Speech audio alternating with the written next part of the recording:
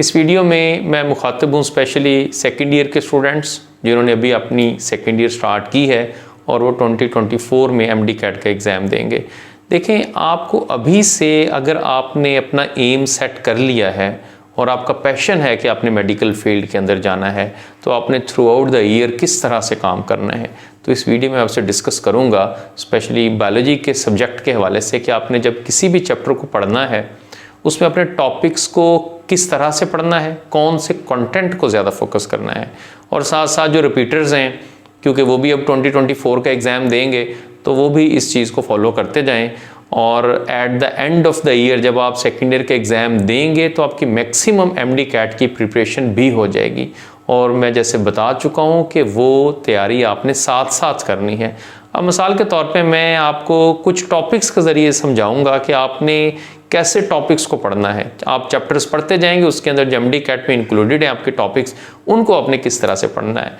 अब for example आपने second chapter जो आपका है जो कि पंजाब बोर्ड के अंदर है या अदर प्रोविंसेस के अंदर भी जो चैप्टर स्पोर्ट एंड मूवमेंट का है, होपफुली आप लोगों ने पढ़ लिया होगा और उसमें आपने बोन और कार्टिलेज के बारे में पढ़ लिया होगा। अब आपकी बुक्स के अंदर जो बोन और कार्टिलेज है वो इतनी डिटेल में नहीं लिखा हुआ, लेकिन आपने उसके तमाम एस्पेक्ट्स को कवर करना है। किस तरह से? अब देखें, एक तो बोन और कार्टिलेज में डिफरेंस है, ये डिफरेंस आपकी स्क्रीन पे नज़र भी आ रहा है। इसमें डिफरेंट पॉइंट्स हैं जो कि आपने सिंपली याद कर लेने हैं, लेकिन इससे रिलेटेड फिर जो क्वेश्चन आते हैं, कार्टिलेज होता है उसमें ब्लड की सप्लाई नहीं है, एक तो ये इसमें फ़र्क है। अब ब्लड की सप्लाई ना होने की वजह से कार्टिलेज की ग्रोथ जो है वो स्लो होती है। एक तो ये पॉइंट इसमें आ सकता है कि उसमें स्लो ग्रोथ है एज़ कम्पेयर टू बोन। क्यों स्लो ग्रोथ है, एक सवाल आ भी चुका है, क्योंकि उसके अंदर ब्लड सप्लाई उस तरह से उसके अंदर सप्लाई ऑफ ब्लड नहीं है। लेकिन एक अगला सवाल ये है कि फिर जो कार्टिलेज होते हैं उसके अंदर कॉन्ड्रोसाइट्स होते हैं जो कि लिविंग सेल्स हैं, तो फिर उनको न्यूट्रिएंट्स कैसे मिलता है? क्या उनको न्यूट्रिएंट्स नहीं मिलता? अगर ब्लड सप्लाई नहीं है तो फिर कैसे इसको प्रोवाइड किया जाएगा? तो आप बताएंगे कि वो एक सिंपल डिफिजन के रिजल्ट में इसमें मिलेगा। तो देखिए, इस तरह के सवाल जो कि क्रिटिकल लर्निंग के क्वेश्चंस होते हैं वो आपने इसमें याद रखने हैं लाजमी। फिर उसमें बोन और कार्टिलेज में अगर हम अब बोन की बात कर लें तो बोन के स्ट्रक्चर को भी आपने प्रिपेयर करना है। ये डायग्राम आपके सामने नज़र आ रही है, इसमें देखिए हम जो बोन एंड्स हैं इनको हम एपिफाइसिस कहते हैं, ये एक नाम है जो कि आपने याद रखना है। फिर इसके अंदर जो आपको शाफ्ट मिल रही है यानी दरमियान में जो मिडल पार्ट है उसको हम डायाफाइसिस कहते हैं, जिसको शाफ्ट कहते हैं। फिर इसके अंदर आपको जो है वो आउटर कनेक्टिव टिश्यूज़ की लेयर मिल रही है, उसको हम पेरियोस्टियम कहते हैं। अंदर की तरफ जो लेयर उसको हम एंडियोस्टियम कहते हैं। फिर उसके अंदर जो स्पॉन्जी बोन है, स्पॉन्जी बोन जो है वो ज़्यादातर उसके जो एंड्स हैं यानी जो एपिफाइसिस का पार्ट है वहाँ ज़्यादा स्पॉन्जी बोन है, और जो दरमियान में है वहाँ लेस स्पॉन्जी है। फिर दरमियान में जो शाफ्ट है वहाँ पर येलो बोन मैरो है, और जो एंड्स है एपिफाइसिस वहाँ पर रेड बोन मैरो है। तो अब देखें, इसको प्रॉपर जो इसका स्ट्रक्चर है आपने उसको डिटेल के अंदर करना है। कॉम्पैक्ट बोन कहाँ है, स्पॉन्जी बोन कहाँ है, ये सारी चीज़ें जो मैंने आपसे डिस्कस की हैं। इसी तरह से जब कार्टिलेज है, अब कार्टिलेज के अंदर कुछ स्पेसिस होती हैं जहाँ पर जो कॉन्ड्रोसाइट्स होते हैं वो एम्बेडेड होते हैं और उनको हम ल्यूकिनी कहते हैं। ये एक छोटी सी टर्म है जो कि आपसे पूछी जा सकती है। तो ये छोटे छोटे टर्म्स हैं, को बहुत ज़्यादा आपने इस पर नहीं पढ़ना, लेकिन आपने इसको लाजमी जो है वो फोकस करना है।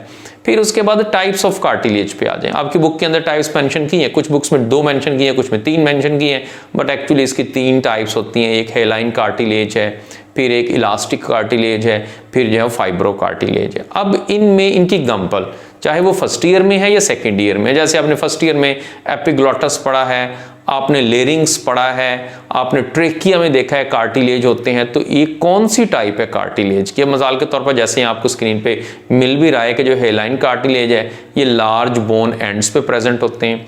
आपका जो लेरिंग्स है, ट्रेकिया है, ये सारे के सारे हेलाइन कार्टिलेज के अंदर आते हैं। फिर नोज के अंदर हेलाइन कार्टिलेज है। इसी तरह से इलास्टिक कार्टिलेज कहाँ होता है? ये एपिग्लॉटस के अंदर इलास्टिक कार्टिलेज है। फिर पिन्ना ऑफ ईयर के अंदर इलास्टिक कार्टिलेज है। फाइब्रो कार्टिलेज ये इंटरवर्टिब्रल डिस्क जो होती हैं वहाँ पर फाइब्रो कार्टिलेज होता है। इसके अलावा between the 2 coxal bone pubis symphysis जो है वहाँ पर फाइब्रो कार्टिलेज है। तो कार्टिलेज के डिफरेंट जो टाइप्स हैं उनमें हर एक टाइप में कहाँ कहाँ उसकी लोकेशन कहाँ है कार्टिलेज की, ये भी आपने साथ पढ़ना है। अब देखें, हो सकता है कि सारी चीज़ें किसी एक जगह आपको ना मिलें, लेकिन अगर कार्टिलेज के बारे में सवाल आप पढ़ रहे हैं सेकेंड ईयर में, जो कि मैंने बताया कि स्पोर्ट एंड मूवमेंट का टॉपिक है, तो आपने सोचना है कि फर्स्ट ईयर में आपने कहाँ कौन सा कार्टिलेज पढ़ा, आपने सेकेंड ईयर में कौन सा किस चैप्टर के अंदर कार्टिलेज पढ़ा। क्वेश्चन गलत होने का जो वजह होती है वो इस वजह से भी गलत होते हैं कि आप उस चैप्टर के अंदर उस टॉपिक की लाइंस को सोचना शुरू कर देते हैं कि ये किस लाइन के अंदर लिखा हुआ है। तो ऑब्वियसली आपको जो सवाल आते हैं एमडी कैट के अंदर वो कोई लाइंस में से नहीं आते, आपको कॉन्सेप्ट पूछा जाता है। तो ये सारी चीज़ें आपको पता होने चाहिए।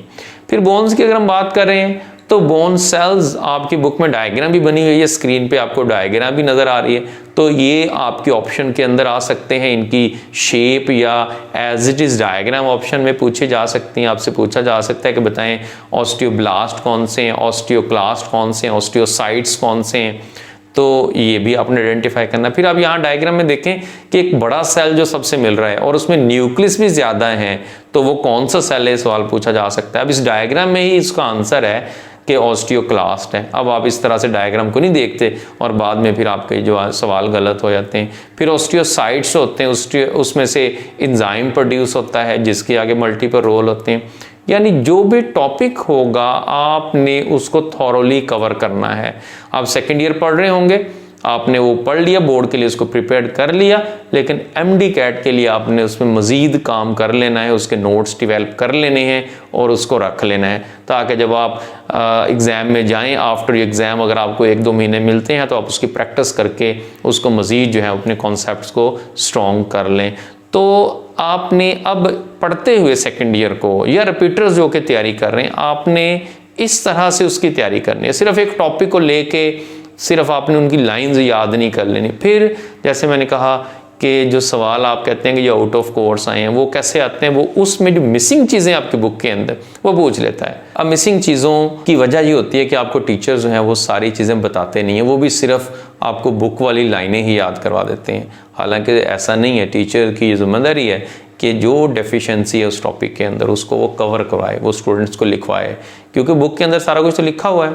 तो टीचर अगर वही रिपीट करवा देगा और स्टूडेंट्स क्या करेंगे, उनके फिर से वही नोट्स बना लेंगे, तो क्या फ़ायदा हुआ? ये तो कोई फ़ायदा नहीं। उसमें उसका कॉन्सेप्ट क्लियर करवाए, डायग्राम अगर कोई मिसिंग है उसको वहाँ पे इंक्लूड कराए।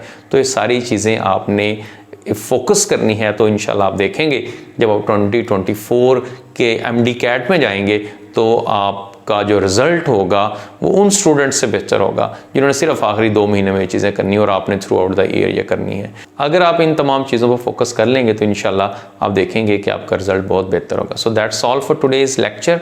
और इन चीज़ों को लाजमी आपने गौर करना है और इस तरह से आपने पढ़ना है। Thank you so much. अल्लाह हाफिज़।